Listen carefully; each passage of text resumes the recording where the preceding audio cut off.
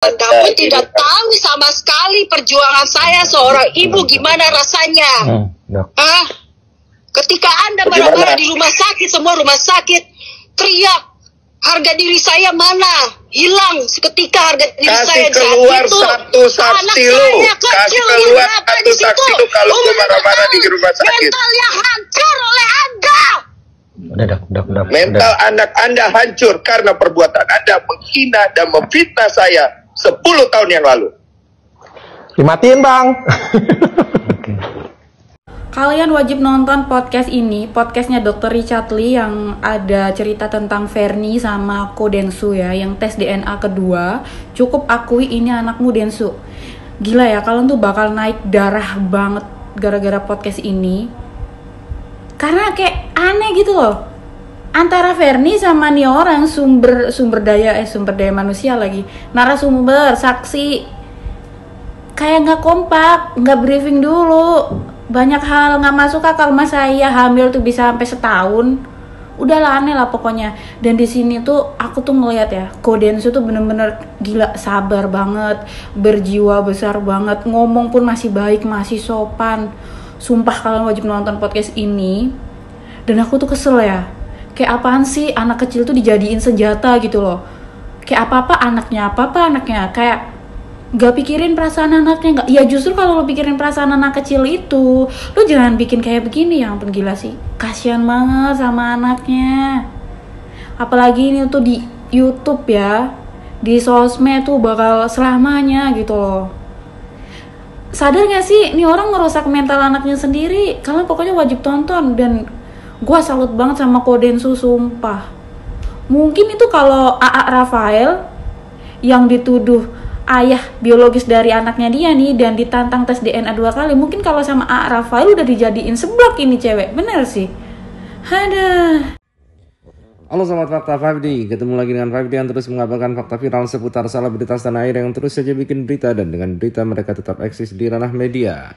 Ya, manajer dari Fernie Hassan nampaknya masuk jebakan Batman dari Dr. Richard Lee. Fernie Hassan sendiri tidak mau tampil di podcast itu, mungkin karena takut blunder.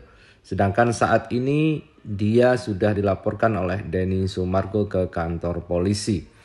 Namun dengan kecerdasan Dr. Richard Lee mengobok-obok manajer dari Fernie Hassan ini, maka makin tampaklah apa yang dituduhkan oleh Fernie Hassan ini ternyata seperti memang sangat dibuat-buat untuk meyakinkan bahwa anak yang dikandungnya itu adalah anak Densu.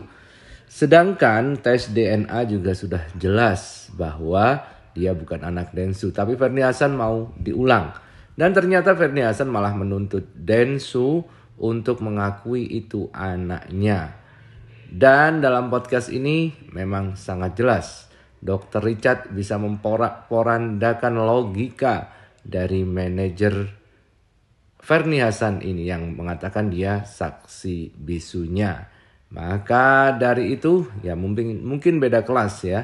Beda kelas kecerdasannya. Tapi apapun itu dia punya keuntungan bahwa dia bisa tampil di podcastnya Dr. Richard Lee yang banyak viewernya. Artinya dia bisa tenar sekarang karena ikut dengan Fernie Hassan. Apapun akan dilakukan orang untuk tenar, mendapatkan spotlight dari publik di zaman media sosial ini. Meskipun itu dengan mengorbankan harga diri dan nama baiknya. Ikonnya adalah Fernie ya. Aku mungkin merasa bahwa bapak anakku ini adalah Densu. Oke, aku tes DNA. Aku ini kita nggak apa-apa nih nyebutin nama gini. Nggak apa-apa kan? Ada masalah kah?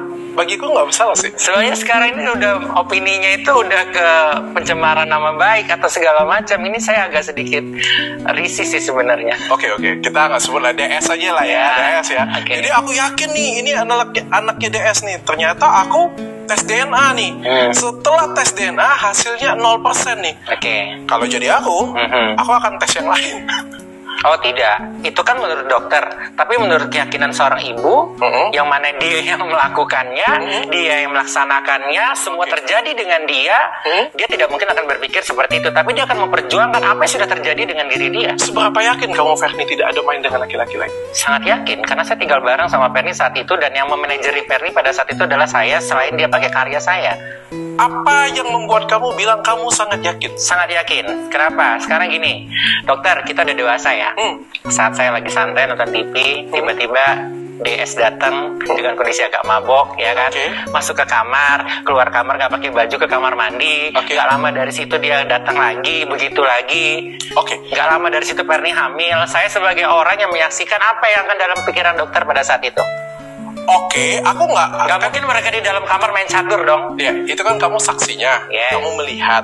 Cuma apa yang buat kamu yakin bahwa tidak ada orang lain lagi? Karena setiap Ferni show pun saya biasanya ikut nganterin.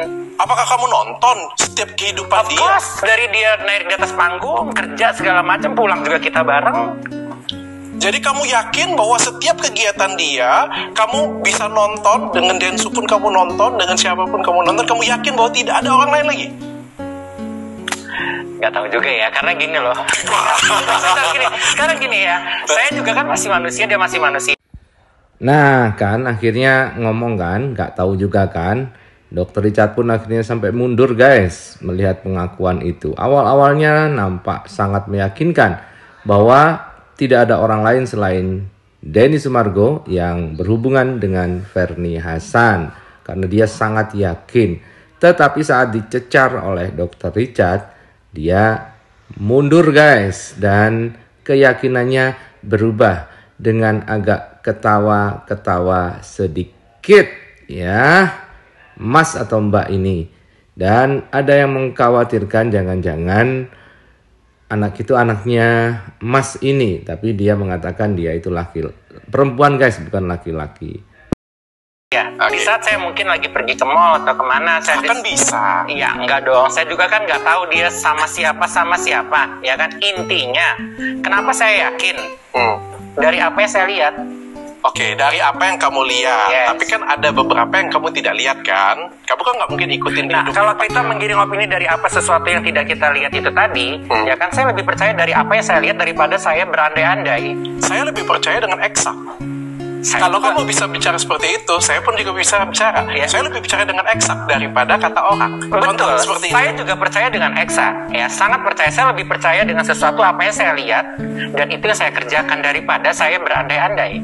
Betul. Kalau kayak gitu, case close dong. Kita lebih percaya hasil DNA. Sekarang gini, kembali lagi ke keyakinan itu tadi. Bicara tentang tes DNA, ya kan? Tapi kalau misalkan dokter sendiri melakukan tes DNA, tapi dokter tidak yakin, apakah dokter akan case close?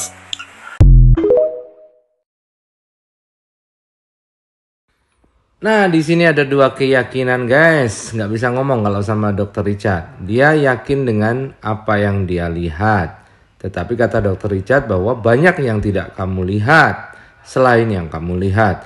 Jadi dokter lebih percaya dengan eksak, artinya ilmu pengetahuan, artinya itu tes DNA, bahwa jelas di tes DNA itu bukan anak Densu, tapi dia juga mengembalikan kepada Dr. Richard bahwa dia tidak percaya dan dengan tes DNA eksak itu dan ingin tes DNA ulang. Dan padahal dulu sudah difasilitasi oleh Hotman Paris untuk tes DNA di Singapura, tetapi dalam waktu 4 tahun itu sampai sekarang juga tidak jalan guys.